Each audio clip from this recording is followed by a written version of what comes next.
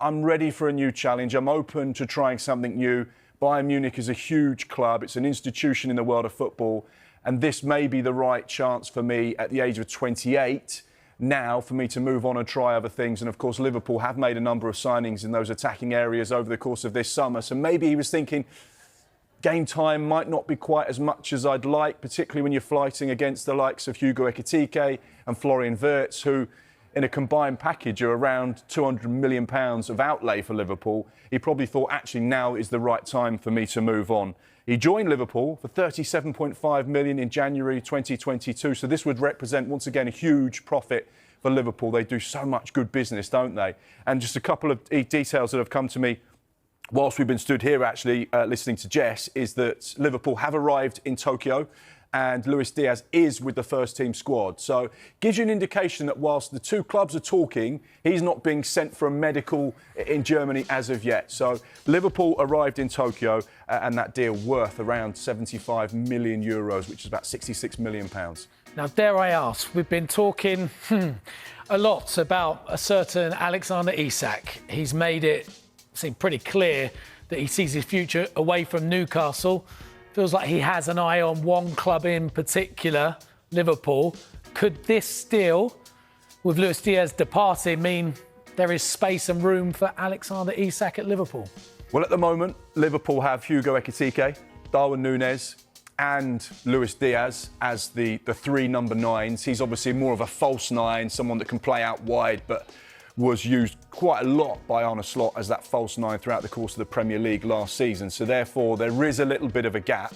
But does it mean that Liverpool go and spend what would be a huge Premier League record to go and get someone like Alexander Isak? We'll just have to wait and see. But this is a huge void. And Arne Slot is going to want to make sure he has a strong squad because they've got a Premier League title to try and defend. They'll have Champions League football. They want to try and get to the latter stages of those competitions in the Cup as well. So you'd imagine Liverpool's spending hasn't finished just yet. But Alexander Isak, whilst he has been on their radar, there was that informal inquiry to Newcastle United, which was rebuffed.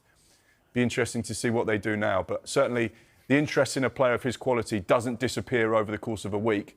They will probably be still huge admirers of Alexander Isak. Yeah, like most of Europe, I can imagine, Mark, a quality player. Look, this has also been talked about quite some time, the finances. We know Liverpool spent close to £300 million already in this window. Can you just break it down how they can afford to do this and still can afford to go in for Alexander Isak? And I believe, regardless of Luis Diaz leaving, they might still be able to make that deal happen.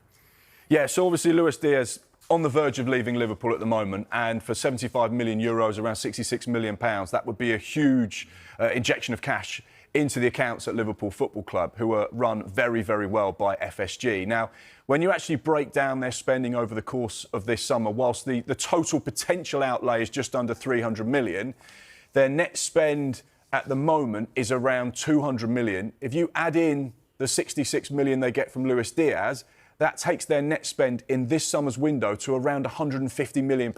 Bearing in mind they only spent £10 million last summer, £150 million over 2 summers is actually £75 million per summer. So therefore, Liverpool's spending, whilst it looks quite exuberant at the moment, it's actually not when you look at the bigger picture. Now, they're a club that turns over £600 million a year, so therefore they generate a lot of cash. They're very clever with the player sales that they make, the likes of Jarell Quansah, Trent Alexander-Arnold, Nat Phillips, as well as Luis Diaz as well. Therefore, the money they're bringing in, they're just recycling it really smartly, spending money, and therefore they have a lot of PSL headroom. So it's actually not a problem for them to spend this kind of money. The fact that they're getting in a huge chunk of cash for Luis Diaz just makes things a lot more comfortable, but it certainly doesn't affect their ability to spend moving forward. And a new kit deal with Adidas for 10 years that starts start of August. Frightening prospect for everybody in the Premier League.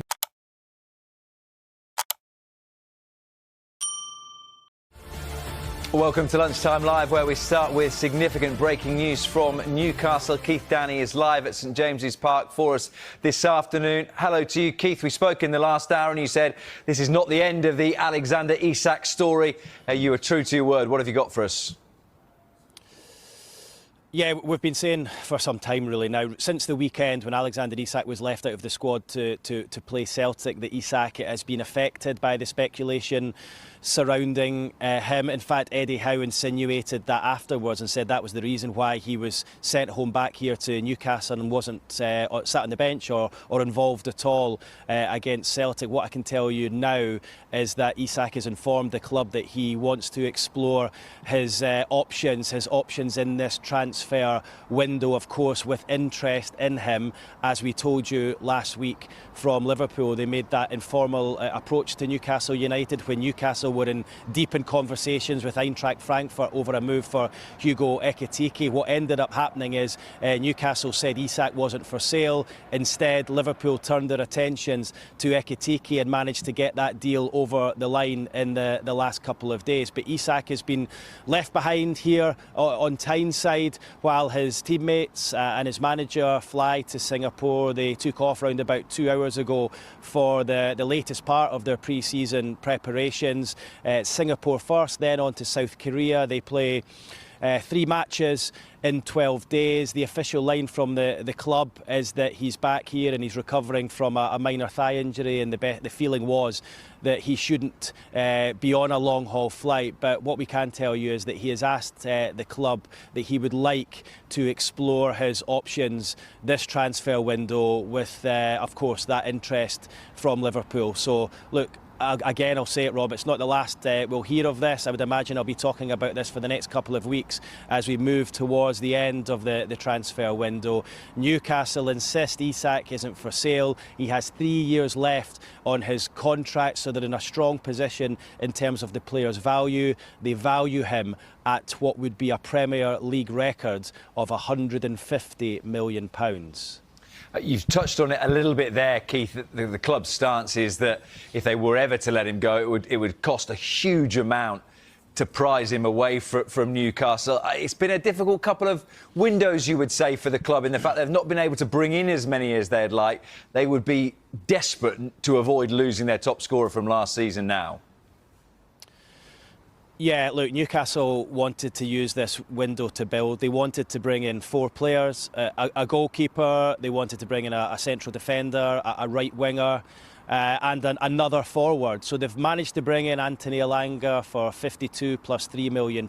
They wanted to bring in a second striker to come in and compete with Alexander Isak. I told you a moment ago, of course, about their talks with Eintracht Frankfurt over Hugo Ekitike. Liverpool hijacked that deal, and they still retain an interest in Isak as well. It's not what the Newcastle United supporters want to hear ahead of a Champions League season, where of course they're going to be battling on the front of the Champions League and the Premier League as well. They want to hold on to their best players.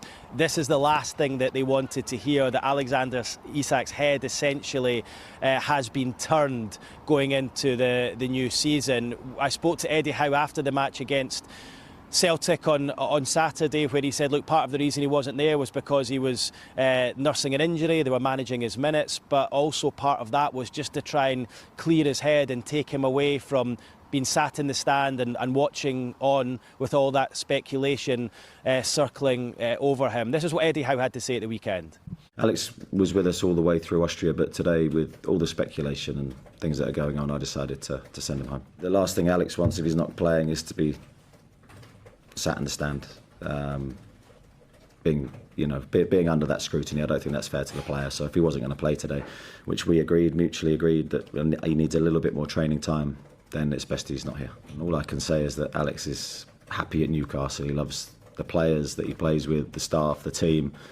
I've never had any issue with him, other than really enjoying seeing his talent and seeing him express himself. And certainly, I'm confident that he's going to be here at the start of the season. I have conversations with, I'd say, 100% of the players on their futures. I'm very, very communicative with them. So whether that's at the end of the season, whether that's during pre-season. So yes, I've had discussions with him, but that's not abnormal.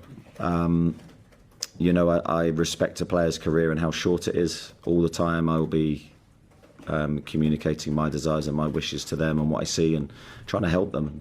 Alex has been really good and he's trained really well so far this season. So I know there'll be lots of noise around it, and I can't really control that. But from inside, he's been really good. I've never had any issue with him, other than really enjoying seeing his talent and seeing him express himself. And certainly, I'm confident that he's going to be here at the start of the season.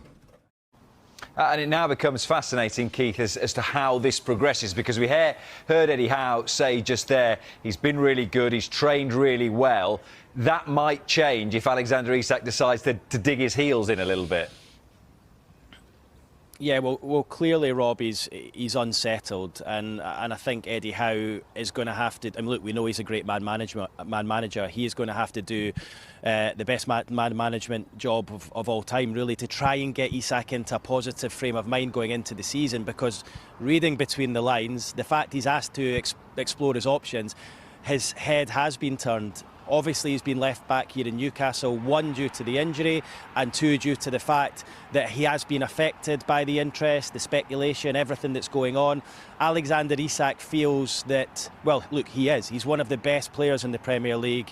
He's arguably the best striker in the Premier League. He feels that he should be paid similar to what these top strikers are, and he's not at Newcastle United, but he's, I would imagine, of the belief that if he was to move to another club, whether that's Liverpool or elsewhere, he would be remunerated in that way. So I think the club are going to have to come to some kind of conclusion here where, does he get a pay rise?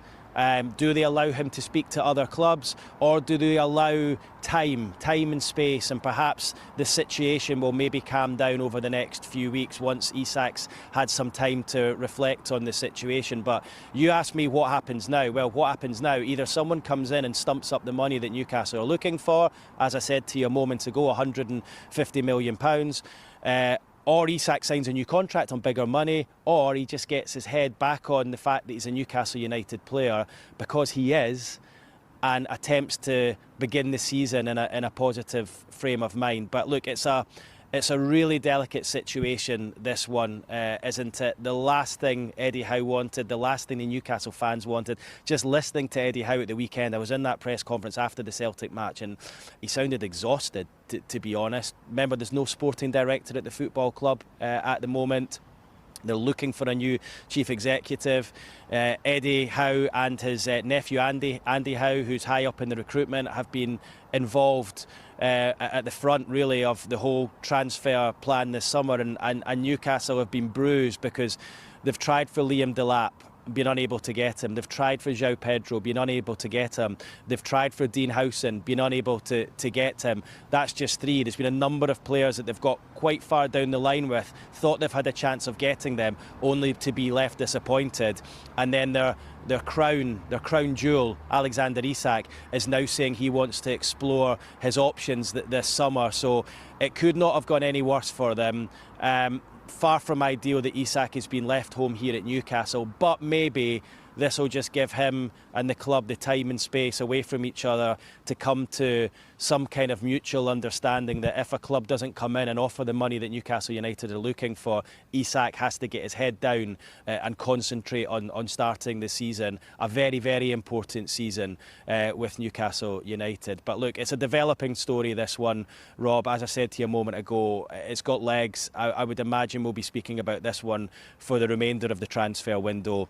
It will be intriguing to see if Alexander Isak is a Newcastle United player or not come the end of August. Liverpool retain an interest in him. We'll have to wait and see whether they've got the money to stump up an offer to afford Alexander Isak. I would suggest at the moment it would be difficult for them, but let's see what they do in terms of player sales. So look, not a good time for Newcastle United supporters. They are desperately trying to bring in players themselves. They're in advanced negotiations with Brentford over a deal for Johan Wissa. He was supposed to be the backup striker to Alexander Isak, not the only striker. So let's see how this one develops over the next days and weeks. Just remind us, Keith, who Newcastle's first home game of the season is? Do you know, I've got so much in my mind, I can't even think, but I've had a moment to think there, and you're right. It's Liverpool at home. I think it's Monday Night Football, isn't it? I was actually thinking of their first match, which of course is away to Aston Villa, but yeah, I mean, that's going to be some evening, that, isn't it? Whichever side Alexander Isak is playing for. I knew you'd get it there eventually. Keith, thank you very much for the moment.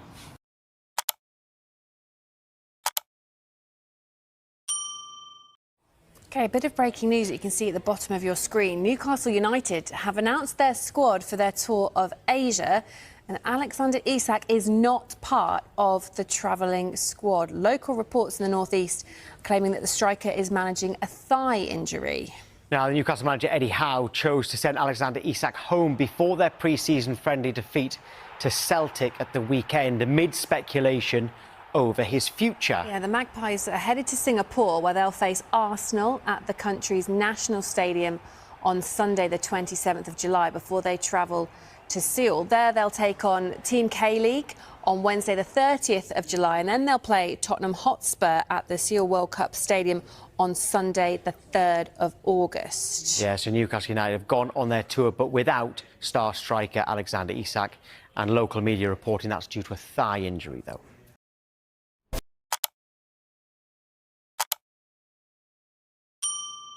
Behind the scenes, I mean, he will be aware he's in the news every day, and I'm sure that's not easy for anyone in that situation. Conversations that happen between Alex and the club, or Alex and myself, will stay private for obvious reasons. We do share a really good relationship with him. He's been magnificent for us for as long as he's joined. He's very popular in the dressing room, as I've said before. Would love him to continue his journey at Newcastle, and I think all I would say on the broader picture is whatever happens has to be right for Newcastle. We're in a very strong position financially. We're determined to be successful. We are ambitious. We've got a great season ahead of us. We need to add to the squad and continue to improve. And the journey can continue in an upward trajectory. I think that's what we all want. So that's what we're battling to try and achieve. First mentioned the thigh just before the Celtic game, and we assumed it would be very minimal injury, nothing too serious. And then I think on the Monday after the Celtic game, he went in from training very early. It didn't feel right, so he's now in Newcastle, getting that injury assessed. And yeah, hopefully he'll be back soon and playing in the black and white shirt. That's what we all want to see. I think I said against Celtic after the game, I certainly hope he stays. And I said I was confident that he'll stay. I don't see anything that's going to change that opinion of mine at the moment, but it's football and who knows what the future may bring. As far as I'm aware, I don't think there's any contract talks taking place at the moment. I think that'll be for a later date, potentially. I think for now, with the situation as it is and the state of the window, in the sense that it's hurtling towards the end of the window very quickly from our perspective, there's still so much that could happen. Those contract talks potentially may take place at a later date.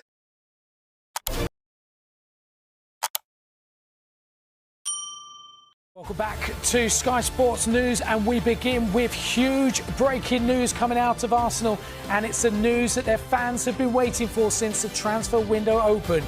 They have signed Viktor Gyokeres from Sporting on a 5-year deal that could reach a total of £63.5 million. Gyokeres has become one of the most in-demand strikers in Europe in recent years. The 27-year-old scored a remarkable 54 goals in 52 games last season, and after months of speculation, he has finally signed for Arsenal, who end their search for a goal-scoring striker. The Sweden international will now join up with the rest of his teammates in Singapore. Now, after finishing second in the Premier League last season, Arsenal have made a huge push this summer. Gyokeres joins Noni Madueke, Martin Zubimendi, Christian Norgard, Christian Mosquera and Kepa Arrizabalaga as new arrivals at the Emirates. It takes their spending to almost £200 million. Now, Gyokeres outscored all the big names across Europe last season with 54 goals in all competitions for Sporting, plus 13 assists. He scored 10 goals more than Kylian Mbappe, 12 more than Robert Lewandowski, 13 more than Harry Kane, and 20 more than both Mo Salah and Erling Haaland.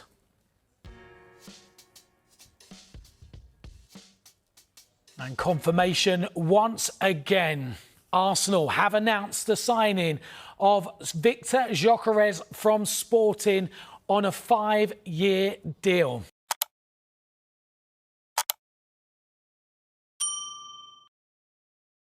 We do have plans, we do have a lot of options, and we are increasing the quality of the squad and the depth of the squad with all the signing that we've done. We are super happy to have Viktor obviously with us. Yeah, it's been a long journey to get him over here. He's been incredible because he very clear from the beginning where he wanted to play and how passionate I felt him from day one when we first spoke. And yeah, and you can see the boys, you can see the environment as well. Very excited with his arrival. Yeah, well, we cannot talk about how the processes work, but it's a decision that we take between all of us, starting with ownership, then the board, then Andrea and all the scouting department, and ultimately myself. And we're very clear and the talent that we identify early in the window. But actually, to deliver it is something very, very, very different. And I think the club is done incredibly well. Andrea and his team, they've been absolutely fantastic. And so early in the window, we already have the reinforcements that we wanted. Well, I think yeah, a single training session with the team since the last game with the Sporting when they became champions. So we will assess him tomorrow. He's done all the medicals, everything is looking good. But to get him up to speed with the right levels of fitness, I think is very important. So we're not going to stop him. Obviously, we want him with us as quick as possible, but we'll have to assess, and the medical team will do that.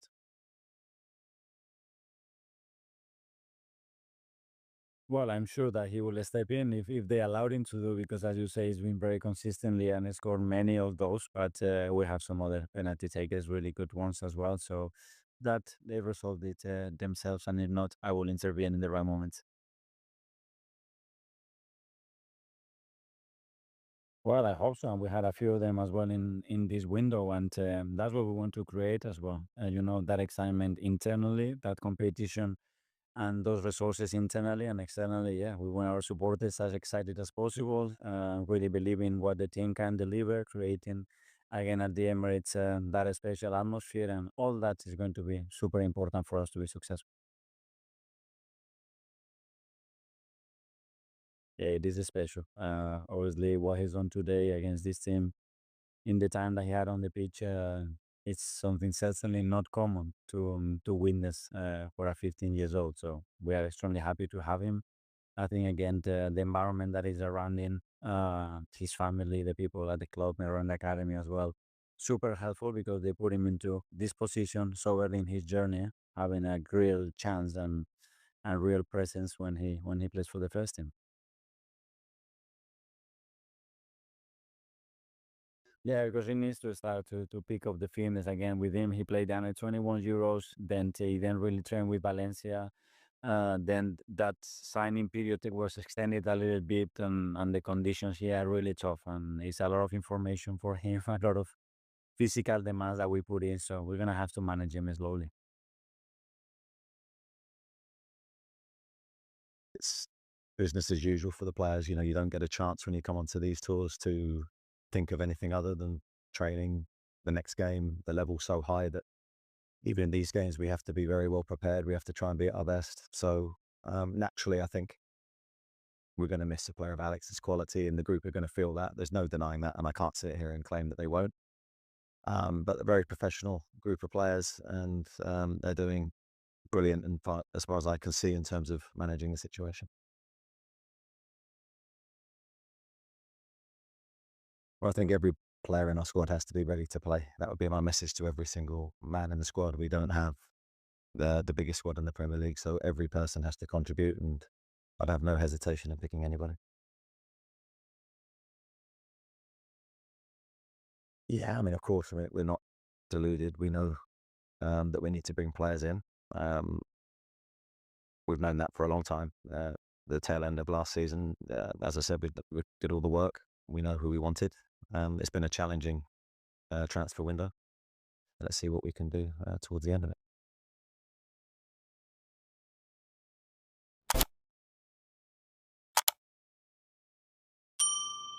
So Gyokeres, the man to take Arsenal to the next level and win the Premier League title. Well, Mikel Arteta has finally got his striker. And if there wasn't already enough scrutiny on the new arrival, he's only been handed the number 14 shirt, of course, worn by Arsenal's one of his greatest ever players, Thierry Henry.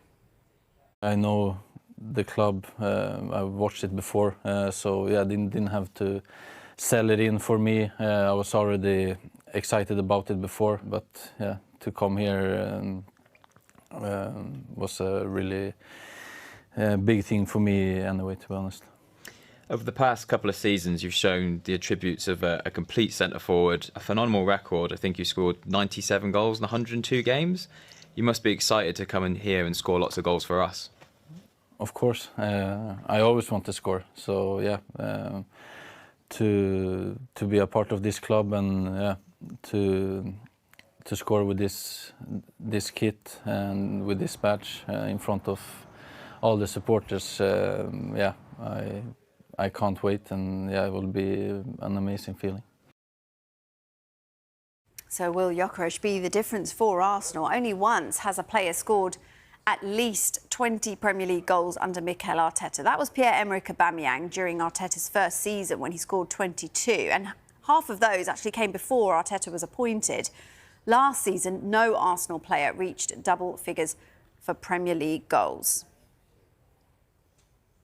Let's get some more reaction to this then with Harry Symeou from the Chronicles of a Gooner podcast. Great to see you, Harry. Now, we know Arsenal have been chasing him for a while. They've finally got their man, got this deal over the line. How are you feeling about it? Yeah, good morning. Delighted. Delighted that Arsenal have finally got this over the line. It's been a long time in the making. We've been hearing about Arsenal's kind of need for a number 9 for quite some time. It seems to be the general consensus that that's been the missing piece for Arsenal for a little while now. There was a lot of speculation over the course of the summer. You know, Arsenal were linked with multiple centre-forward options. In the end, they decided on Viktor Gyokeres, and despite a long, drawn-out process and at times a frustrating one, Arsenal finally got their man, and I think we're all delighted and really excited by the prospect of what he can bring to this team. Yeah, what do you think he is going to bring to this side, Harry? Well, the obvious thing is goals, right? Everybody talks about the need for an out-and-out number 9 at Arsenal, and obviously Viktor Gyokeres is that. You look at his goal record over the last couple of seasons, which is exceptional, but you've got to be realistic as well. I think it's unfair to expect him to deliver the same volume of goals here in the Premier League as he did in Portugal. It's a step up in terms of the standard. It's a step up in terms of the league, and I think people need to be mindful of that. I think he will add probably 15 to 20 league goals, and if he could make it sort of 25 in all competitions, I think that would represent a pretty good first season. But for me, it's not just about the goals, and that's why maybe my expectation and maybe what I'm demanding personally is a little bit lower than other people. I think having an out-and-out number 9 is going to facilitate the players around him as well. It's going to give Bukayo Saka that little bit of extra space. It's going to give Martin Odegaard that space, and whoever's playing on that left-hand side as well. I think Arsenal will have a focal point in their attack for the first time in a long time. And I know Kai Havertz has done an admirable job at number 9 and brings other things to the Arsenal team. There's no question about that. I'm not seeking to downplay his effect, but sometimes you watch Arsenal build up, you watch them get into situations, create situations, and you're sitting there going, if only we had a poacher, if only we had somebody who was doing his best work inside the penalty area and was in the right place at the right time. And it feels like Viktor Gyokeres can be that. Plus, physically, there's no doubt in my mind that he'll be able to cope with the change in league. And I think that's one of the big things, isn't it? When you come from abroad to the UK, it's can you handle the kind of blood and thunder of the Premier League? And having played in English football before, I think Viktor Gyokeres is well equipped to deal with that. Yeah, he absolutely excelled in the Championship as well, didn't he, as well as Portugal. Now, when we look at the race for the Premier League title, it's such fine margins, isn't it? Do you think that he could be the difference for Arsenal? I think he could potentially be, but I think we learnt last season that there are so many variables to football that, you know, it's difficult to sit and make kind of predictions like that and say, well, now you've got X player, it means you're going to win the league. I think, you know, you've got to be good as a collective. That's the most important thing. You need to have a little bit of luck along the way in terms of injuries. I certainly felt that we learned that lesson last season, losing key players at key times, and not just one or two of them, but, you know, in the end, having a squad that was down to the bare bones. And the knock-on effect of that is that you end up with the players that you do have available, essentially running them into the ground. So I'd like to think that Viktor Gyokeres will make the difference. He will definitely improve Arsenal. There's no question about that. And so will some of the other signings that Arsenal have made. It feels like they've added some depth this summer, and they've built a squad that is much more equipped now for rotation. And I think rotation is probably what Arsenal haven't done enough of over the last couple of years. They haven't been quite as effective as some of the other teams in doing that. So to be able to do that, I think is going to be key to keeping people fit. And Gyokeres improves the attack. There's no doubt about that. So I guess if you want to say it could be the difference, then yeah, why not? You said it, Harry, not me. So look, what do you make of Arsenal's business so far this summer? Yeah, I think it's been good. They've brought in some players that I think will raise the level, Gyokeres being one of them. Martin Zubimendi, I think, is the other big signing that's maybe gone under the radar a little bit, because Arsenal fans were aware of the interest and the fact that it was at quite an advanced stage for such a long time. Maybe there hasn't quite been the same hype and buzz around that one for that reason. But he's one of the top midfielders in Europe. We've got a glimpse of him already in the second half of our pre-season friendly against Milan the other day, and he was brilliant. And I think people are really excited about him. Norgard improves the squad. Mosquera improves the squad. Kepa also improves the squad. And then the other one is Noni Madueke, and that feels like a bit of a rolling of the dice for me from Arsenal. I have to admit, when I first heard that we were linked with him, I was a little bit surprised, and I wasn't sure if that was the best use of the money. The more I study the player, the more I look into what he's good at, the more I think he kind of ticks a box for Arsenal and brings something that they were missing, that creativity and spontaneity and directness at times from in and around the box. So I think that's one that I think the jury's still going to be out on for a while, but you know, let's welcome him with open arms, and fingers crossed he can do the business too. And if he does, then you're looking at this as a very, very strong Arsenal transfer window. But for me, they need one more. What is that one more, Harry, that they need? For me, it's simple. It's Eberechi Eze. Go and get him from Crystal Palace. Go and pay the release clause. Do whatever it takes. Bring him in, because when I talk about a lack of spark at times in the final third, which we definitely saw last season, and a lack of creativity, he would bring that in an abundance. And I think he's really developed under Oliver Glasner as a player. I love the way he makes runs into the penalty area now. He doesn't just do his best work outside of it. He's also really good at box crashing these days. And I think that makes him a perfect fit for this Arsenal team. Add to that, he can play from the left. I know it's not his preferred position, but he would bring Arsenal something different from that side. He can also play in the central areas as well. And I think if you're Arsenal and you're wondering whether or not that's a good use of funds, I think his versatility and all the qualities that he possesses make him a really good fit. So come on, Arsenal, go and get him. Straight down the barrel of the lens, he wants Eze. Harry, been so good to chat to you. We'll speak to you soon. Thanks.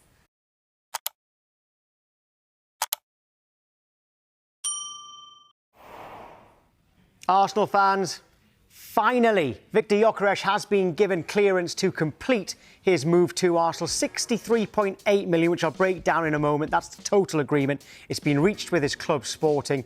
He's going to have a medical in London to finalise the move. Then he'll fly out to join up with the squad on their pre-season tour, which is in Asia. So this is the breakdown. Arsenal are set to pay £55.1 million as a fixed fee, and an £8.7 million more in potential add-ons. So that's the breakdown. Now, negotiations around the bonuses dragged on for, well, more than a week, until there was a breakthrough earlier this week. It's understood that Sporting were still analysing the contracts for much of yesterday before finally being satisfied that there was a total agreement. Sporting are believed to be satisfied that they will receive the full amount, as the add-ons are deemed as, we're told, easily achievable. Gyokeres' agent waived his commission of around £5.6 million to help talks progress over the guaranteed fee. Arsenal, by the way, they play Newcastle in Singapore. That's on Sunday, and then they face North London rivals Tottenham in Hong Kong on Thursday. Mikel Arteta is keen to integrate all of his new signings into the squad as soon as possible ahead of the new season, and it looks like that Viktor Gyokeres deal is finally very, very close to being completed.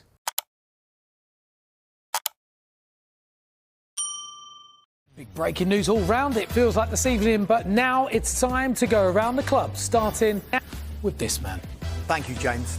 Sporting striker Viktor Gyokeres is awaiting permission to fly to Singapore and complete his move to Arsenal. The last details on a deal worth around £63.5 million are being finalised. Aston Villa are looking to strengthen across the board, but the lack of Champions League football has left them short of funds and pulling power. Bournemouth in the market for a central defender and a striker in this window. Brentford forward Johan Wissa has returned to UK from their pre-season training camp for talks with the club's hierarchy over his future. Brighton striker Evan Ferguson has joined Roma on a season-long loan. Roma have the option to make it permanent for around £34 million. Manchester City have approached Burnley over re-signing goalkeeper James Trafford. Chelsea have held talks about signing RB Leipzig midfielder Xavi Simons and Ajax centre-back Yoel Hato.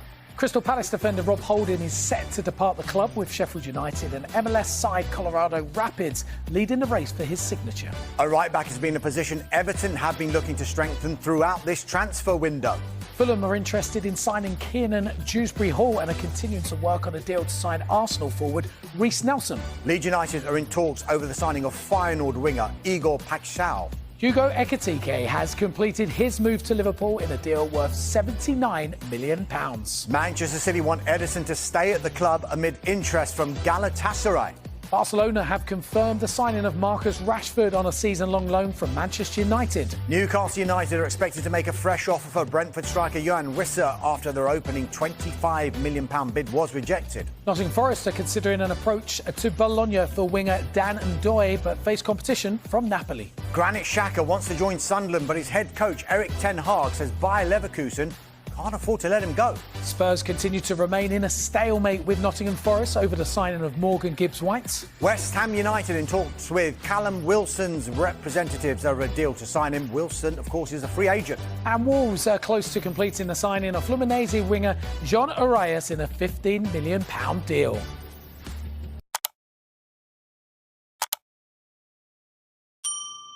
So I want to talk about, he's on his way. I want to talk about something that surprised me earlier, Nicholas Jackson, and the fee that it would cost to get Jackson out of Chelsea. Tell us. Well, we've had some information over the course of the last couple of hours about Chelsea. We know that they've been really active over the course of the last few transfer windows. They've stockpiled players, they've bought players, they've looked at young players, they've got a certain type of profile they look at. One of the players they have signed, Nicholas Jackson, was just in excess of £35 million. There's been a lot of talk about his future as well. We know that Chelsea are happy with the squad they have at the moment, and they are looking to go into the season with two out-and-out number nines, but a third player that can play as a false nine or play as a number nine. João Pedro being one of them, Liam Delap being another. At the moment they have Nicholas Jackson. They also have Pedro Neto as well, who can play in that role. But there's been a lot of talk about Nicholas Jackson and his future at Chelsea. First things first, he's got 8 years left on his Chelsea contract. That's a great point. He has. 8 years. So Chelsea hold the cards, and they'll be saying, well, actually, for a player of this quality and this calibre, look at Hugo Ekitike, look at his record, look at what he's done. He's going to Liverpool for £79 million. So as far as we're concerned, Nicholas Jackson, who's been playing in a better league, in a tougher league, and scoring goals, actually, he's probably worth £80 to £100 million. So if Chelsea were to sell Nicholas Jackson... That's a lot of money. It's a huge amount of money, but you couldn't argue against that based on the market value for other players during this summer's window. Goodness. You could argue that Nicholas Jackson is a better player than Hugo Ekitike. He's played Premier League football. He's scored more goals. His record's been fairly solid at Chelsea. Last season, 10 goals in 5 assists in 30 games. The season before that was 14 goals in 35 games and 5 assists. 80 to 100 million, Mark. Hey. They're having a laugh. You having a laugh? They're having a laugh. Come on, surely. That's where they're at. Chelsea have the ability to say, this is what we value the player at. And if you've got teams from Saudi Arabia, teams from Europe, maybe other Premier League teams, and I'll tell you one of the other Premier League teams that have an interest in Nicholas Jackson, it's Manchester United. Then you're actually saying, well, you pay 70 plus for Rasmus Højlund, 80 million for Nicholas Jackson. That's not unreasonable. That's the market value for those types of players at that type of age at the moment. I wonder if Manchester United fans would think that was unreasonable. I bet they would. I bet they'd go, that's crazy money. Possibly. But ultimately, something in a transfer window is only worth, A, what someone wants to pay, and B, what someone is happy to sell for. And just very quickly, Mike, on that Manchester United theme and the Chelsea theme as well, because this Nicholas Jackson departure could mean that they're in the market to make more signings. The likes of Xavi Simons on their radar, Alejandro Garnacho also on their radar, Morgan Rogers at Aston Villa, also a player of interest, and Keane and Yildiz as well, another player they like. So we talk about Chelsea in every single window. Could they be about to spend big, depending on the departure of Nicholas Jackson, should it happen? Going to be fascinating. This fills me with dread, but we've still got 42 days to go, and it takes less than 24 hours to make a deal happen. We could see a lot of deals between now and September the 1st. You know we will. Mark McAdam with all the transfer news. Thank you, Mark.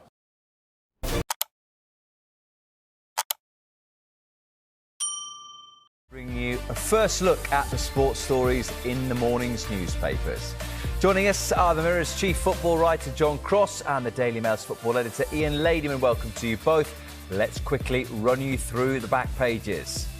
Starting in the Mirror, who focus on Marcus Rashford's arrival at Barcelona at the Nou Camp. As good as new is their headline. Into the Telegraph, it says Sarina Wiegman will become a Dane whether or not England do retain their Euros title. In the Sun, they also mention Marcus Rashford's move to Barcelona and could potentially be another big move in Spain, with Xabi Alonso and Real Madrid eyeing the Manchester City midfielder Rodri. And two of the stories we've just touched on covered in the Times as well as nods to both Sarina Wiegman and to Marcus Rashford. And it is with Marcus Rashford we will start this evening, who has said he feels at home at Barcelona already. So the question is, Ian Ladyman, given that Barcelona are covering his wages, is it a best move for Rashford, for Barcelona or for Manchester United? You know what? This is one of those strange situations where this is a move that actually suits absolutely everybody involved in it. It obviously suits Marcus Rashford because he's moved from one gigantic football club to another. It suits Barcelona if he plays well. It will suit Barcelona. It suits Manchester United because Barcelona are covering all the wages. He's out of the dressing room where he'd become, in the eyes of Ruben Amorim, a bit of a problem. And he's not moved to another English club where he could potentially embarrass them by playing well. And it's also, let's not forget, possibly a very good move for Thomas Tuchel, the England manager, who's desperate to have Marcus Rashford in his England squad. He's already picked him once, couldn't pick him last time because he was injured, but will definitely pick him, I would imagine, in March if he's fit and playing well for Barcelona. So as we sit here today, it ticks all of those boxes. All that Marcus Rashford has to do now is go and play well. And that's something that he hasn't done consistently for a very, very long time. So that's the challenge right now. Given that he was frozen out at Manchester United, John, he was decent in his loan spell at Aston Villa. But has he done well to get a move to the Spanish champions? I think he's done remarkably well. And I do admire him so much because it feels to me that he really set his heart on a move to Barcelona. It was almost like the boyhood dream that has come true within the last, say, 6 months or so.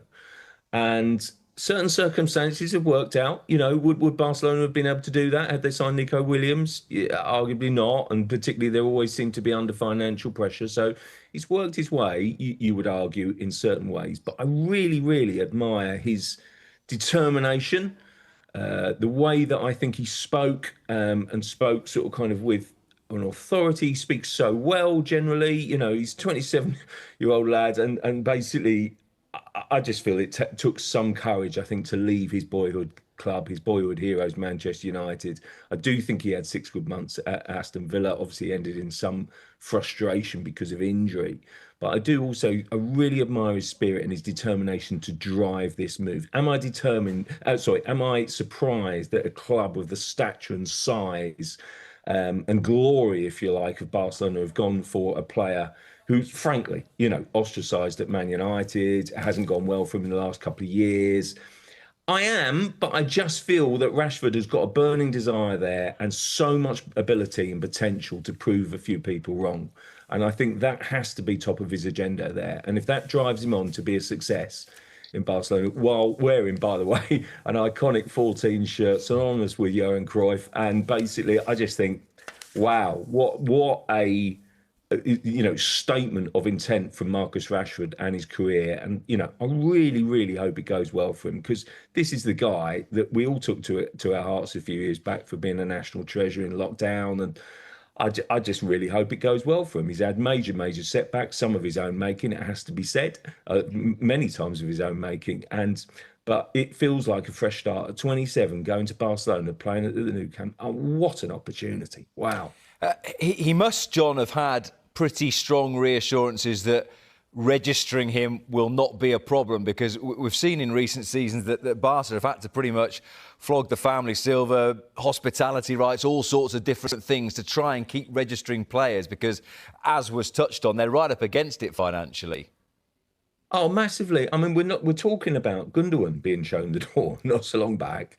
We are talking about Rafinha nearly being offloaded, and he's, being talked about Ballon d'Or. So, I mean, this is a club that kind of, basically runs day to day and is absolutely all over the place. And basically, it seems to me that basically they get all their players together in one big huddle, see if they can register as many as they can possibly, and sort of kind of do it with the wages. And then one normally gets left out and gets shoved out. He must have had assurances about his kind of, playing time, about his opportunities, and about Barcelona's financial kind of situation. I do still, I think this is a winner for United, as Lado says, that basically, if they get 15 million quid off the wage bill, and he has, we read in many of the reports saying that basically he's taken a pay cut, and basically Barcelona are therefore going to overtake all of his wages for this coming year, and then have an option to make the deal permanent next summer, then I do think that is a good move for United. It gives them scope to do some business, but it also kind of, probably balances it a little bit for Barcelona, because the outlay wouldn't have been so spectacular. And they are fundamentally signing an England international with so much ability and talent that, yes, he's put on the back burner for a couple of years. But let's make no mistake about it. This guy can be absolutely devastating with his pace and his threat from the wide areas. I really like Rashford as a player and his personality. Just on Manchester United then, Ian, it's very easy to sit here and slag them off, and we have done probably countless times on this programme over the last couple of seasons. But do those above Ruben Amorim deserve a little bit of credit? Because I'm not sure how hard a ball they've had to play, but to get him off and to get Barcelona covering the wages, there have been times where in recent seasons with high-profile players, United have had to take some pretty embarrassing cuts on those that they've lost huge amounts of money on certain players. Yeah, I absolutely agree with you. I didn't think this was a deal that United would pull off in terms of the way it's structured. I didn't think they'd find anybody who would pay all of Marcus's wages. I was talking to someone relatively close to Marcus a couple of weeks ago, and they didn't think that would happen either. They thought that wherever he went, there'd have to be a split with United funding part of the deal. So I think United have managed to work this one pretty well. I thought it would probably go down to the wire the last week of the window before they got him out on loan somewhere. I didn't think it would be Barcelona. So it's a result for them. Disagree slightly with what Cossie says about Marcus. I think he's been a bit lucky to get this deal. John talks about courage and all the rest of it. I think it's. I mean, who wouldn't go? Who wouldn't take it? He's had a couple of very, very modest seasons at Manchester United. He's left two managers, Ruben Amorim and Erik ten Hag, unimpressed with his conduct and the way he's gone about his business at Old Trafford. He's leaving because he's got no choice but to leave, really. Made his decision on that one last season, and the fact that he's managed to, let's put it this way, probably find himself to be the beneficiary of that chaos that John referenced at Barcelona to land himself the move. I think he's a lucky footballer. That doesn't mean I hope it doesn't work out for him, because I hope it does work out for him, because he's a talented footballer. I think deep down he's a good guy. I think he's lost his way. I don't think there's any malevolence there. I think he's become confused. I think he's become a little bit disorientated in terms of his standing in the game, where he wants to be, what he wants to do. I don't think it comes from a bad place. So this is a chance for him to get out, clear his head and play his football. He's a very, very good footballer. I don't think he's a world-class footballer. He's a very, very good footballer. He now has an opportunity to show it again, and all he has to do is go and do it. And that, I guess, is a very interesting assessment, John, for Barcelona and Hansi Flick in particular to have had to have made as to what Ian just said there about seeing off two Manchester United managers, or two Manchester United managers haven't exactly been doing cartwheels about his attitude, or will Hansi Flick have seen the 5 or 6 months at Aston Villa and thought, that's encouraging, and with all respect to Villa, he'll now be playing with better players at Barcelona and think, well, that's what I'm buying into here.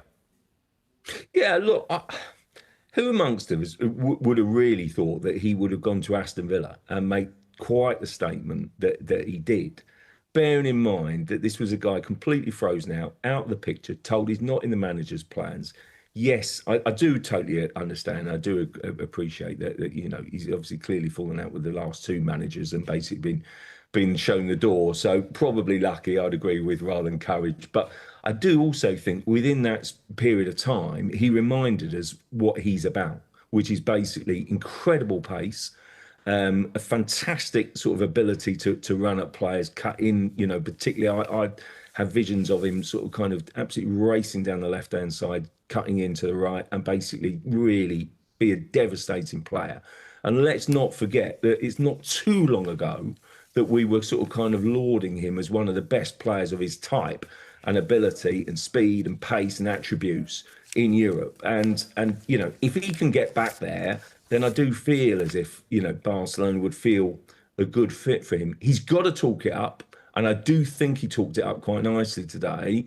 Basically sort of kind of feeling at home, you know, sort of making those noises. The phone box stunt, you know, was quite good. You know, there was a question, wasn't there? Can you be the most successful Brit in Barcelona ever, sort of thing, really? I mean, you know, they were making comparisons in the press conference about Lineker, weren't they, basically? And, you know, listen, he's got some serious competition to live up to. He's also kind of got some fantastic sort of kind of players to wade through in terms of competition. Has he seen the two wingers that he might be up against? I mean, you know, the obvious question there has to be, is he going to play? Where's he going to play? And when's he going to play? You know, so look, there's lots of battles ahead, not denying that, but I do admire that basically, you know, he's put himself out there. Yes, it's a once in a lifetime opportunity, and it's an opportunity he's clearly been chasing. I think that's the point. And then to actually be able to nail it, well, fair play to the people that have nailed it, because it does seem, you know, if you'd said about 6 weeks ago, Marcus Rashford's going to sign for Barcelona, come on. We'd have gone, really? You know, not quite believed it. So fair play to those that have actually made it happen. And as I say, it's partly down to circumstance, but what an opportunity for Rashford. He has to seize it. This is this is the tipping point of his career. This is make or break in his career. You know, it's sink or swim. And basically this will either make his reputation, or people will say, well, he never quite fulfilled that potential and promise. And that's the challenge facing him, and he's got to grasp it. So Barcelona have added a forward, Ian, so too have Liverpool. Hugo Ekitike arrives for a deal that could be worth just under £80 million. Eventually, it's been quite the statement this summer from the champions. Where do you think that Ekitike fits into Arne Slot's long-term plans?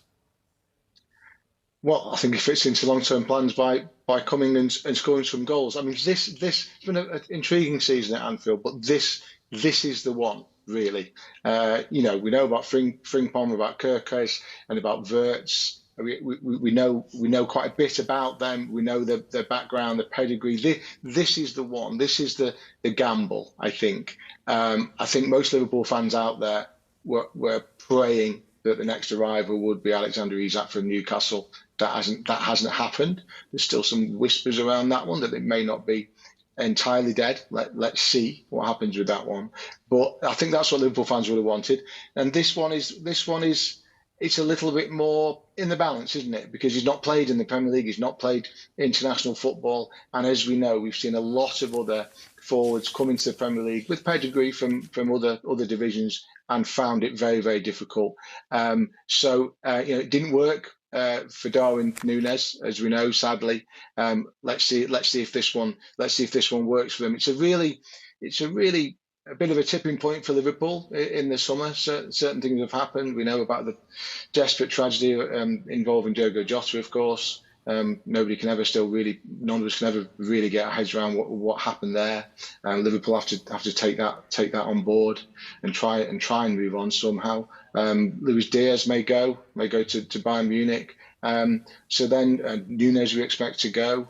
So then you're relying on Mo Salah to produce the form that he produced in the first 2/3 of last season. Can that happen? Can he do it every single season? Who knows? What if he gets an injury? So they need firepower, and this is their big step to making sure that they have some. And it'll be fascinating, absolutely fascinating to see how it works out. We shall see. Thank you very much indeed for the moment, gents. We're going to take a quick break. When we come back, we'll have a look at some of the other sports stories in the morning's papers, including in the Telegraph. Rise Dame Serena, while India's Rishabh Pant could miss the rest of the series after that injury whilst batting at Old Trafford today.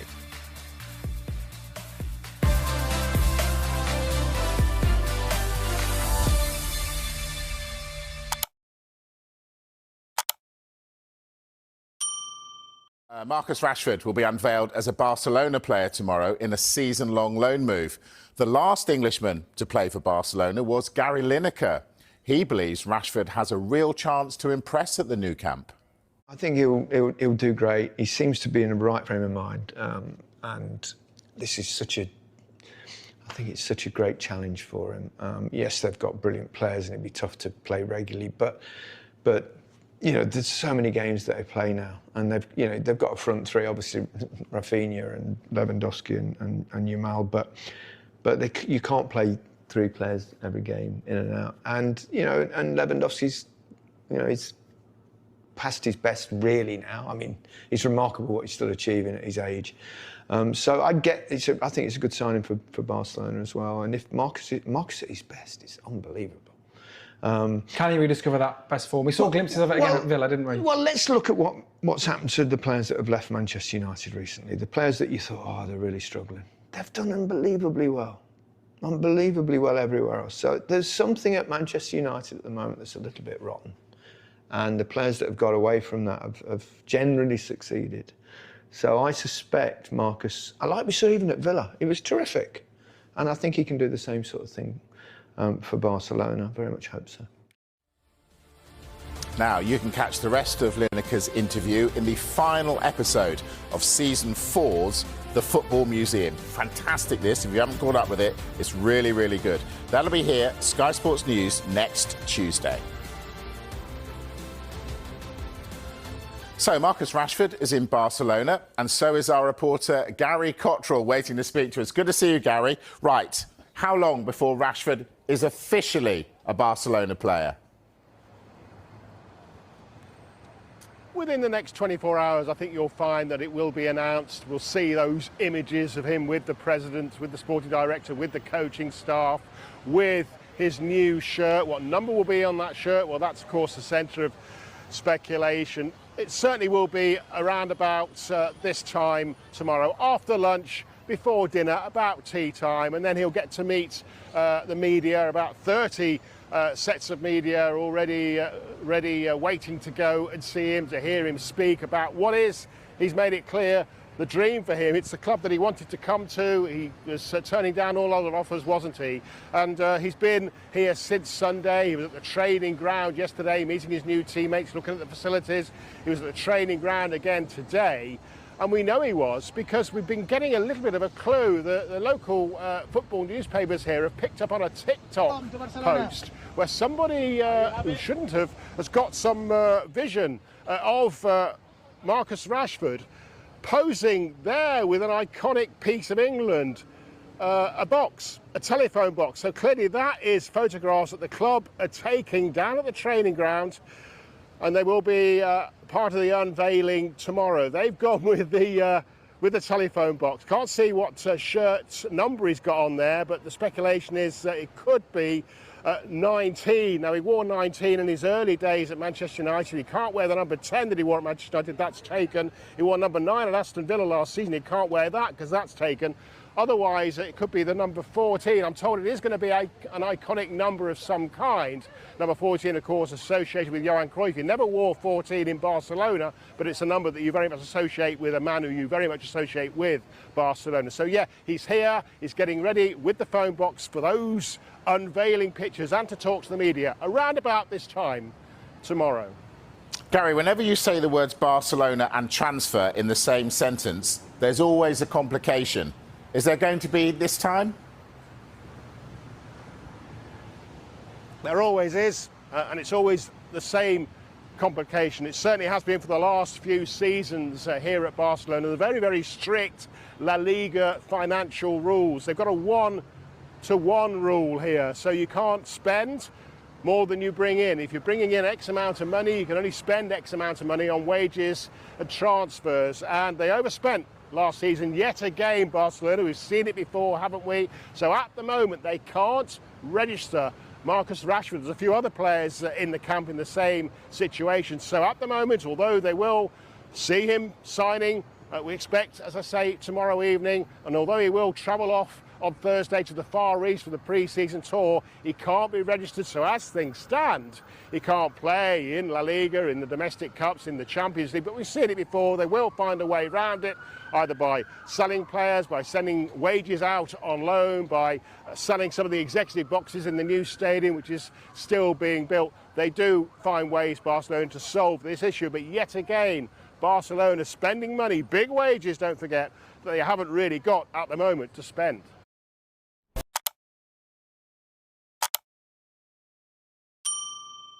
Right, big breaking news, and it regards Liverpool. James, what can you tell us? Well, we just talked about it before, but Hugo Ekitike is a Liverpool player. It's been confirmed, £79 million deal with Eintracht Frankfurt for the 23-year-old forward, £69 million in as a fixed fee, £10 million as add-ons. He will join Liverpool this season. He'll be flying out with their pre-season squad, and he will be a Liverpool player, a striker that's been high on the priority list for Liverpool throughout this window, has finally been completed. Now, I've got a bit of background on this. Now, it probably looks from the outset that Liverpool maybe were hijacking Newcastle's player after they made a bid. We'll get back to that, but Newcastle were a bit late to the party after missing out on Liam Delap, João Pedro. Liverpool have actually been in contact with Hugo Ekitike's camp since January, and Arne Slot has spoken to the player at the end of the season. Now, Manchester United also actually tried to swoop in last minute for Ekitike, but the player rejected that opportunity. He was sold on Liverpool. He wants Liverpool. Now, why Ekitike? Well, Liverpool feel he's a multifunctional centre-forward, so not only can he play through the middle as a number 9, he can drop in as a secondary striker role, even operate wide, which works with their fluidity of their attack that Arne Slot likes to do. For Liverpool, they look at the data and they're so impressed by his numbers from a data perspective. They also look at the uptake. So he's 23 years old.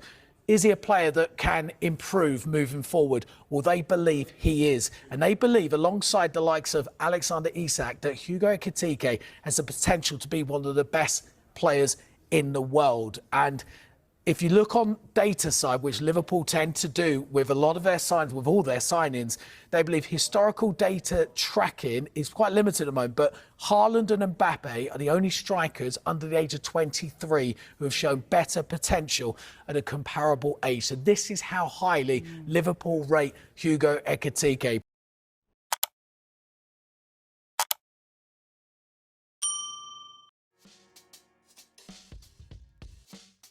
Brian, welcome. Bienvenue at Manchester United. How does it feel? You can see a smile on your face. Yeah, I'm really happy to be there. Yeah, from the start, I wanted to join this club, this massive club, and now I'm here, and I'm just really happy. Why United? Why only United? Yeah, because yeah, for me it's the biggest club like in the world, in England as well, and yeah, I think like the fans are crazy. The stadium is amazing, and yeah, I think every player wants to play here. That's what the fans want to hear. You've played under the same manager for 6 years at Brentford in Thomas Frank. What about Ruben convinced you that you want to play under him? I think they have similar values. They are. He seems really close to his players, and his mentality. He's like winning thinking every time. And yeah, this is things I need. And your first impressions of Carrington as a place? Yeah, yeah, really impressed. I heard that they are gonna build a new training ground as well, and yeah, I'm just looking forward to win it. We've seen you play against us 8 times now, normally impressing, sometimes scoring an assist as well. How have you enjoyed those games against United, and are there any players that you're looking forward to seeing at training who you've had some battles with at Old Trafford and at Brentford? Yeah, yeah. Obviously, it's always good to play against big team in the league. United is one of them. Manchester, of course. And yeah, there are great players here. Bruno, Nakunya, Zegze. Yeah, I think yeah, in every line I could have say a name, and yeah, I'm really happy to meet them.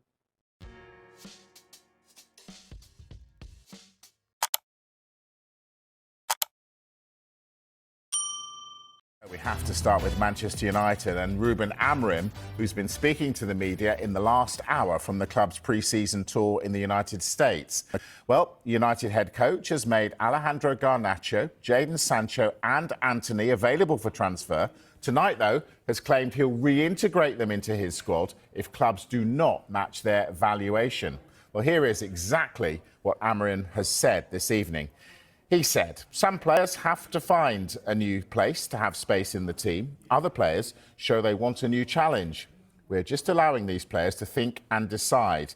If they reach a point where they'll have to join the team, they will join because they are our players. I know for a fact the club has a number for these players. If they don't reach that, they will be Manchester United players. I understand other clubs are maybe waiting for the last minute, but they can have a surprise. I'm ready to receive the players. They have more competition. If they want to play in the World Cup, they have to play. Darmesh. No one's buying that, are they?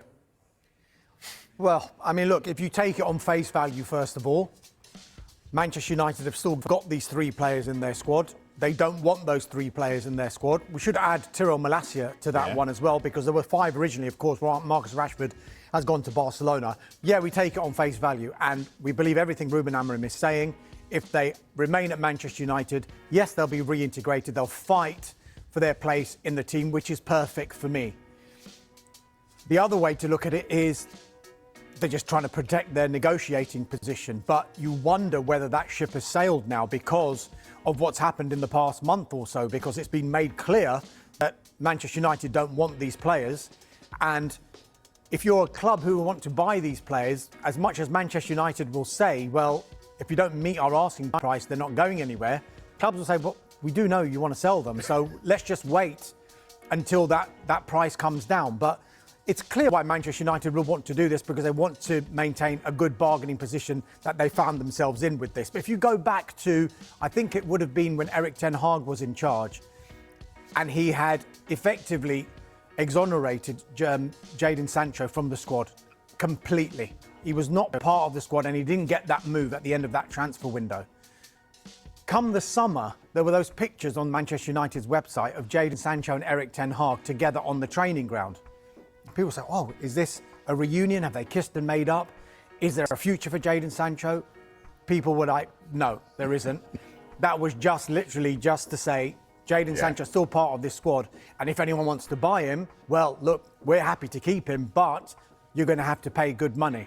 So I think that might be what we're seeing with these players as well. Maybe there hasn't been the falling out that Erik ten Hag had with Jadon Sancho, but it is clear that Ruben Amorim wants to start making the squad Ruben Amorim squad, and these players don't fit.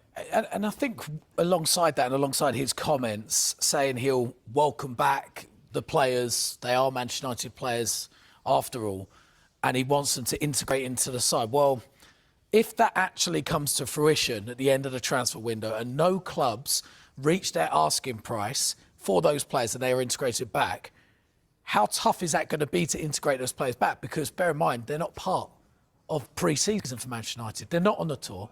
They're not with the new players, the new sign-ins. They're not part of Amorim's new ideas for this season. So that's going to take a long time to do it. So I guess my question to Ruben Amorim, if that is the case, you are happy to welcome these players back, why are you not welcoming these players onto the pre-season tour now to make sure that you're integrating them just in case they do end up staying? Well, what about... Go on, Darmish. Well, one thing I'd say as well... There's a comparison, a slight comparison to be drawn here with Arsenal. When Mikel Arteta took over, Arsenal were in a bit of a mess. And at one point during his reign, he basically, and the hierarchy said, we need to move on now. Now, Arsenal took a hit with some of their finances when they allowed Pierre-Emerick Aubameyang. They mutually terminated his contract. There are a few other players where they just said, you're not part of these plans anymore. I think there's been 10 or 11 years since Sir Alex Ferguson left where Manchester United have tried everything with various managers, but without a structure in place. Now they have the structure in place. Now they have put their faith in Ruben Amorim.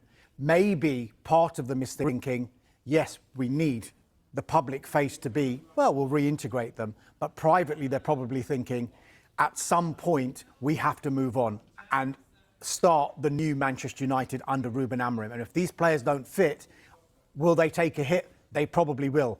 They're not going to get anywhere close to £73 million for Jadon Sancho. They're definitely not going to get anywhere close to the 80-odd million they spent on Anthony. So they're going to make a loss. But for the good of the long-term future of Manchester United, that's probably where they're at now. OK, so where they're at now, says Darmish. How close are they to getting rid of any of these players? Not very. Right now is the true fact and true statement with it. Let's talk about Anthony, though. Anthony, there are more offers, more interest, it feels like, for him than there are for the likes of Jadon Sancho, Alejandro Garnacho, Tyrell Malacia at this stage. Now, Anthony, we understand there are 2 Saudi Arabian Premier League clubs who are showing interest. Now, Real Betis, we know, are keen for him to come back. He had a very successful loan spell at the back end of last season, showed everybody actually what sort of player he can be, despite the huge £86 million price tag, which I think clearly weighs on his shoulders. It's not necessarily the player's fault. That's just how deals work. But for Real Betis, a permanent transfer and a permanent transfer fee is not doable for them. They want the player on loan. Manchester United want to sell the player. So options with the likes of Saudi Premier League club are a good thing for Manchester United. Atletico Madrid, also another club monitoring the situation. Bayer Leverkusen, Bayern Munich, also keeping their eyes on that player. Now, Anthony obviously knows Bayer Leverkusen, new boss, Erik ten Hag, from his time at Ajax. So, and Manchester United, of course, he says himself they're not necessarily looking at him right now. But then that also goes back to what Ruben Amorim was saying about clubs looking towards the end of the window. So basically, these clubs are playing a massive game of chicken, aren't they? They're just, to go down to the... But why wouldn't they? Yeah, you know, exactly. when you have got a club who, as Dartmouth says, they clearly want to sell these players, well, let's wait right to the last minute when you're at your most desperate stage, and then we'll get a better price for them. So, Darmish, do Manchester United have to get rid of these players before they can bring new players in? I mean, it's going to help. At the moment, they've brought in Matheus Cunha and Brian Mbeumo. Cunha was done really early in the window. Then the focus was purely on Brian Mbeumo, regardless of any other players that they were interested in. The focus now, I have to reiterate from Manchester United's perspective, is player sales. They want to generate some money so that they maybe can go again in this transfer market. But we have been saying throughout this window that they are in the market for a striker. They are in the market for a number 9, and that's regardless of what happens with Rasmus Højlund, because there has been a bit of talk about Italian clubs interested in Rasmus Højlund. But whether he stays or goes, I think Manchester United would want to strengthen in that position. We've been told that initial talks have taken place with Aston Villa over Ollie Watkins, but that's been met with a not for sale from Aston Villa. But could Alejandro Garnacho be key in any possible deal for Ollie Watkins? Because Aston Villa are interested in Alejandro Garnacho as well. They've also explored the conditions of a deal, not only for Ollie Watkins, but for Viktor Gyokeres, who we'll come to later, who's going somewhere else. We clearly know about that. Nicholas Jackson from Chelsea, and RB Leipzig's Benjamin Sesko, who we seem to be talking about nearly every single transfer window. But at this moment in time, all of these players seem to be a little bit too expensive for Manchester United to do. And on the flip side as well, if any of these clubs want to sell these strikers, then Manchester United can do what other clubs will probably try and do to them with regard to those 5 players, and maybe wait until later in the window to maybe get a better price. But maybe the Villa one, with if the interest in Garnacho is pursued, then maybe that can hold the key to maybe a deal for somebody like Ollie Watkins. With regard to Sesko, the interesting one here is that the recruitment director at Manchester United is a gentleman called Christopher Vivell, and he's the one driving the interest in Sesko, because when Sesko was 16, Vivell was the sporting director at Red Bull Salzburg, and he brought him in to that club. Hence, there is that long-running interest. But if you look at what United have done so far in this window, I mentioned Cunha and I mentioned Mbeumo. What they do have in common is that they've got Premier League experience. Now, I just wonder whether Manchester United have looked back in the last few transfer windows and thought, when we've gone abroad for the likes of Højlund, Xerxes, Antony, hasn't worked. We maybe need players who hit the ground running straight away. So hence why they've got these 2 players in their mid-20s, arguably at their peak of their powers, and who have performed really, really well in this league already.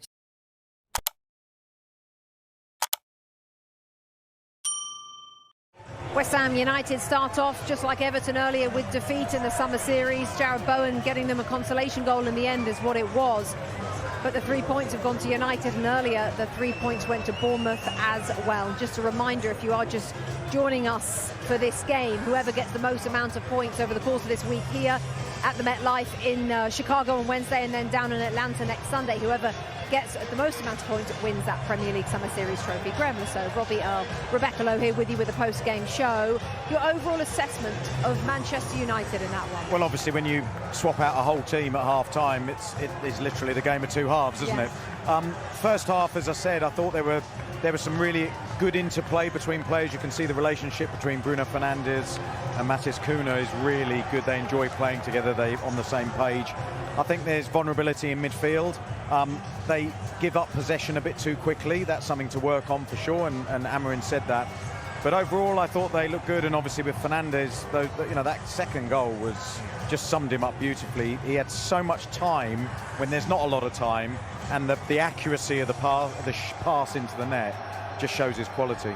We were talking during that second half, and Graham thinks they need a little bit more strength, somebody really tough in midfield, didn't you, Graham? What do you think about that?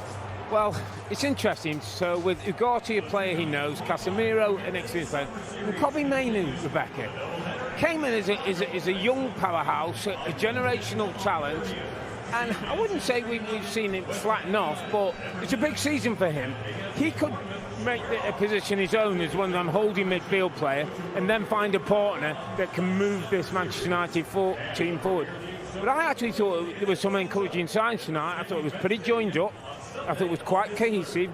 I thought the press that they did when the opposition had the ball was excellent. The second goal, Bruno's wonderful goal, we get to see it come from a really good press by the Manchester United team. That's the kind of work you can do when you've got time during a pre-season. I was talking to Bruno Fernandes about Matheus Cunha, and obviously we were talking to Ruben Amorim, Graham, before the game about how he is this huge character.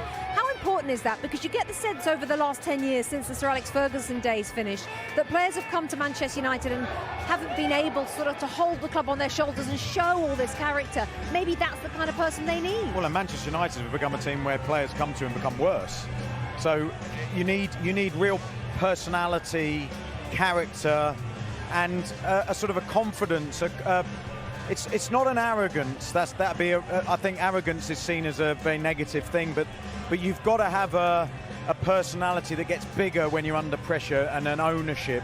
And big players like these sorts of players, you see Mbeumo's in there as well, with him. I think those personality players, they just get the best out of themselves when they're playing in big teams. Brandon Mbeumo not yet fit enough to start in the summer series. Go on, Rob. What I was just going to say is, you see Brandon Mbeumo there, back with Cunha. That's 35 Premier League goals those two scored last season. Can you imagine what that would do to this team if they can get them firing a centre forward and then all the bits in place? So they're starting to make steps. I like some of the work that we've seen out of possession. Yes, there's still a lot more to do, but I thought that was encouraging tonight. Absolutely. But that's what you just said. They've just got to make sure Cunha and Mbeumo don't come to Manchester United to get worse. Absolutely right. And the thing is, there's those key positions, midfield, absolutely key. In transition, when you lose the ball, you need protection if you're going to have those creative players ahead of you. Centre forward needs to be better link up with those creative players in order to score a lot of goals and link play up. So those two positions for me, I think if they get those sorted, is great. But can they get that sorted given the financial restraints that they're clearly under, for the remainder of this window? Hi, I'm Rebecca Lowe, and as we head towards the end of an exciting Premier League season, make sure you like and subscribe on the Hotspur transfer target Morgan Gibbs White has signed a new 3-year deal at Nottingham Forest. Spurs had triggered Gibbs White's £60 million release clause earlier this month. Forest wrote to both Spurs and the player's agent, threatening legal action over what they believe was an unlawful approach for the player and a breach of confidentiality laid out in the player's contract.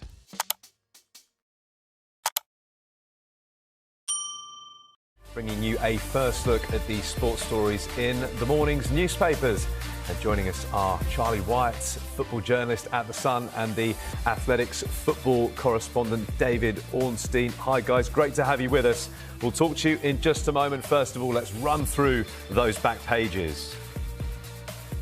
And we start with The Guardian. She's ready to perform is the headline there, as Serena Wiegmann backs Jess Carter for their crucial semi-final against Italy, that after her racism ordeal. The Telegraph also carries an image of Jess Carter on the front of its sports section, and they also focus on a High Court ruling that a huge expansion at Wimbledon can go ahead. Plenty of transfer news too. What about this on the back of the Mirror? Liverpool muscling in on Spurs' bid for Palace's England centre-back Mark Guehi. Other transfer news as well, of course, with Liverpool taking their transfer spending to almost £300 million after agreeing a £79 million deal for Hugo Ekitike.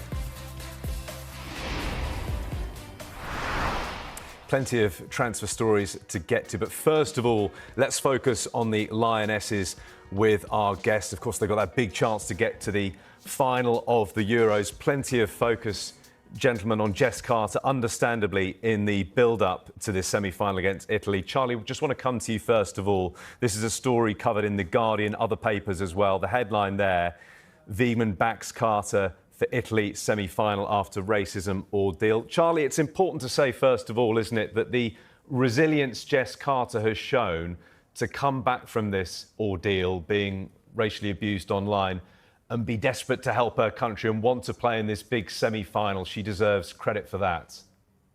It tells you everything about the player, what type of person she is.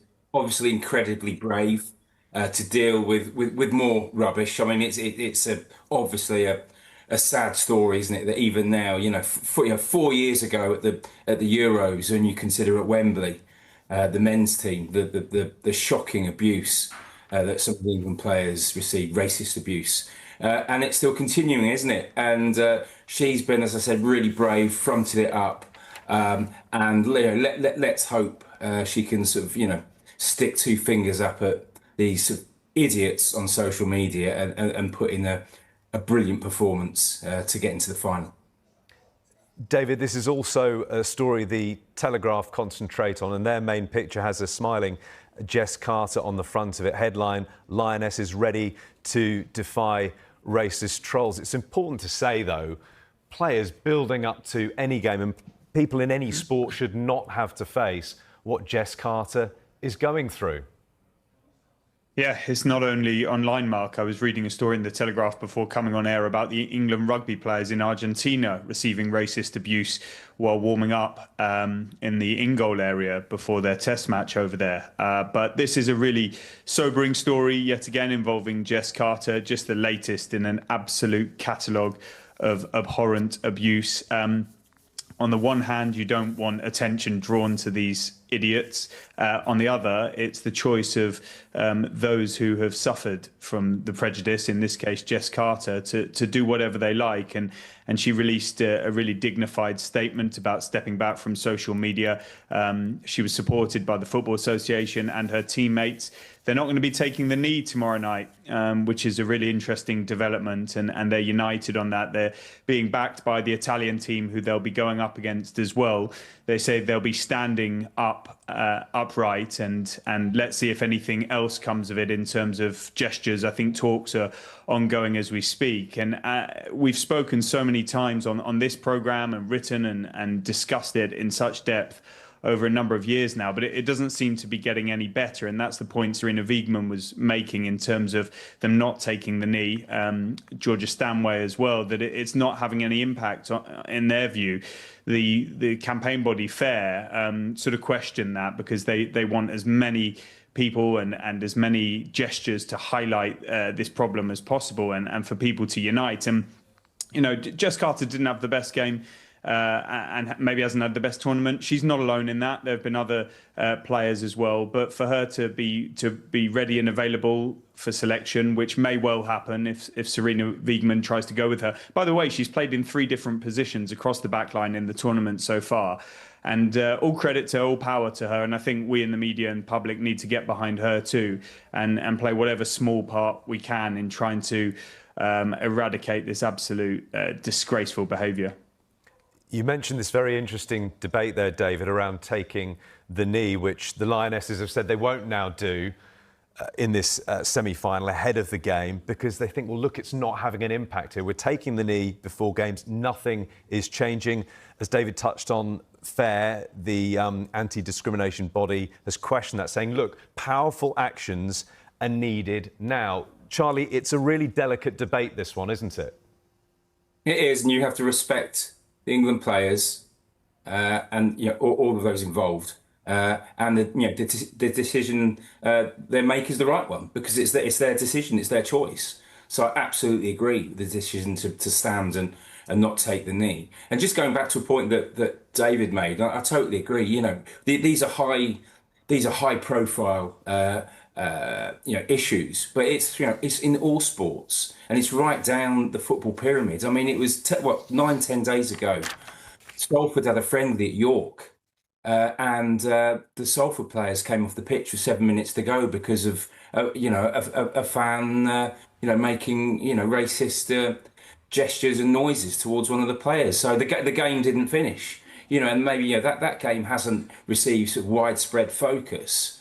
But it just shows you it's still everywhere. It happens in non-league football. It happens at youth level. It's not just at this. At the really sort of major tournaments or in the Premier League. The abuse. Some players receive on social media again. But I'm talking League 2 players, League 1 players. It's still happening everywhere. It's just as bad. Unfortunately, we all know parts of social media are a cesspit, and I'm not sure those people who are writing this rubbish are actually taking any notice of whether players are kneeling or standing. But needless to say, you've still got to make an effort. And again, I do support the England players and what they've decided to do. Let's focus on the game itself now and the Times. They have a picture on the front of their back page. Lucy Bronze there showing her passion and determination ahead of this big semi-final. David, in terms of the fitness boost that England have ahead of this semi-final, just how significant is it that Sarina Wiegman has said Captain Leah Williamson is looking like she's going to be fit to play? Yeah, wasn't she on crutches in a boot on Thursday? That was extremely worrying. An absolutely totemic player for club and country. And she's been back in training. So the words coming from Sarina Wiegman are extremely positive on that front. And I'm sure Williamson will be leading by example again. So will the aforementioned Lucy Bronze, because she's just an absolute Goliath. Her goal in the quarterfinal, but the way she plays, her penalty too, of course, and her attitude, her experience, she's an absolute top-level performer. And England have a number of them because they've gone far in the last 3 major tournaments now to the final. So they're a bit of an expert when it comes to the business end of the competition. I think Beth Mead was talking about that in the build-up to this match, is kind of like, this is where England tend to turn it on. It's been a rocky road so far with the France defeat and Sweden coming from 2 goals behind. I don't think anyone's done that to progress at this stage of the competition. They now come into this as favourites against an Italy side they've got a better record against, and Italy haven't been at this stage since I think 1997. So yeah, it's all on England. They've got the sort of weapons to do it, but they haven't quite hit their stride like they would like in this tournament so far. And so they've got to step up defensively. They've been a little bit weak. They've been caught on the transition to pace as well, Sweden and France. And you could say this Italian team don't play too dissimilarly to Sweden. And so they're going to really need to be on their guard against the sort of perceived underdog. It should be a brilliant match. And England know they're so close to yet another final, which just sums up this sort of glorious era under Sarina Wiegman, who is the expert, the master of this competition as well. Yeah, a number of other papers looking at this story, looking ahead to the big game, the Mirror included in that. We'll touch on the transfer news a bit later. Picture of Mark Guehi on the back page there. Penalties, no miss is the headline there. Just briefly on the game, Charlie, huge opportunity, isn't it, for England? Because yes, they're up against Italy. They shouldn't be underestimated. But when you bear in mind they've been out in the group stage of the last 2 Euros, massive chance for England to reach the final, isn't it, Charlie? It's a great opportunity. They obviously have to play better than they did last week. Not surprised they've been practicing penalties today and yesterday. I think we'd all be expecting that because they obviously weren't great. Obviously, really good news that Lucy Bronze and Lauren James are fit because they were both limping off the pitch as well. So they were also 2 concerns. But it's so important, obviously, to have their experience in this game. And that's why I'm absolutely certain England are going to go through. Let's talk transfers now. Really interesting stories on the back page of the Mirror and indeed the Express as well. Picture of Mark Guehi on the back. Liverpool and Tottenham potentially tussling for the signing of Mark Guehi. David, what do you make of this story? Well, he's one of the best defenders for Crystal Palace and England, of course. I'd be expecting him to start at the World Cup next summer. He's he's into now the last 12 months of his contract at Palace. Palace decided not to take Newcastle's offer last summer. I think it was about 65 plus £5 million in the end. So this was always a risk when they made that decision. It seems, well, we know Liverpool are keen on him at the right price. Reports today suggesting Tottenham, who have made a bid for him in January, don't forget, are still in the mix too. I think Palace would be looking to cash in rather than face losing him for free next summer. But he's got the power in his hands. He's very happy at Crystal Palace by the sounds of it. And I don't think he'd be afraid to go to the end of his deal. It doesn't seem like a new contract is on the agenda. And I think Mark Guehi, with total respect to Crystal Palace, is going to be playing at the very top in Champions League football, whether it's sooner or later. And so, yeah, you suspect this is going to be one of the stories of the upcoming weeks of the transfer window. Whether he leaves or not, I really don't know, but there's interest in him, and rightly so. David touched on whether this is the right time for Palace to cash in on Mark Guehi. Charlie, where do you stand on that? And if it is the right time, do you suspect it could be Liverpool or Tottenham in terms of his destination? Well, I think Palace privately know that they're probably going to lose him. Obviously, there's a lot of interest in Ebereeze as well. I don't think they'd both be allowed to leave, and that would be a disaster. Of course, it's not been a great few weeks for Crystal Palace anyway, has it? When you look at what's happened in Europe. Certainly they're going to have more games, although in the Conference League. But yeah, I think Guehi, as David said, he's a terrific player. There's a lot more to come from him, my gut feeling is that he'll be starting the season, or certainly in September. By September, be playing for another club. Charlie, David, thanks very much indeed for now. Back with you shortly. We're going to take a quick break. When we return, we'll look at more of the stories in the morning's back pages, including this in the Sun as Brian Mbeumo finally signs on at Manchester United. And is Nicholas Jackson a possible new teammate for him at Old Trafford?